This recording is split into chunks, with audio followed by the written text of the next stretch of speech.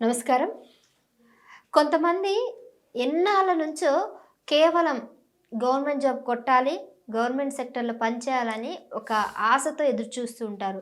మీరు కొన్ని సెంటర్స్‌కి వెళ్ళినా గానీ, లేదంటే చిక్కడపల్లి లైబ్రరీకెళ్ళినా గానీ, దాదాపుగా వేల మంది సంఖ్యలో విద్యార్థులు ఎడ్యుకేషన్ అయిపోయినా గానీ స్టడీస్ పేపర్స్, స్టడీ సెంటర్స్‌లో చదువుకుంటూనే ఉంటారు. 5 ఏళ్ళు, 6 ఏళ్ళు, 10 ఏళ్ళు గూడా పట్టొచ్చు కొంతమందికి.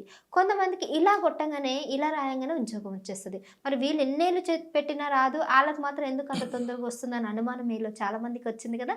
మరి ఈరోజు తెలుసుకుందాం అసలు ఆ సీక్రెట్ ఏంటో. మరి ఈ విషయాలు తెలియజేయడానికి ప్రస్తుతం మనతో పాటు ఉన్నారు సంఖ్య జ్యోతిష్య నిపుణులు రహిమాన్ గారు. నమస్తే సార్. నమస్తే అమ్మా.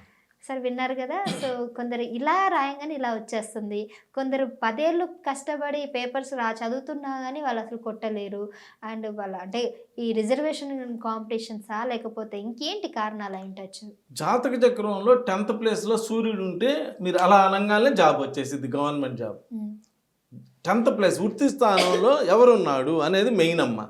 అలా లేకుండా వేరే ప్లేస్‌లో ఉన్నప్పుడే ఈ లేట్ అవ్వటం ఇవన్నీ జరుగుతుంటాయి. ప్లస్ పేరులో 37 నంబర్ ఉంటే, మన పేరుకి ఒక అక్షరానికి ఒక్కొక్క నంబర్ ఉంటుందమ్మా.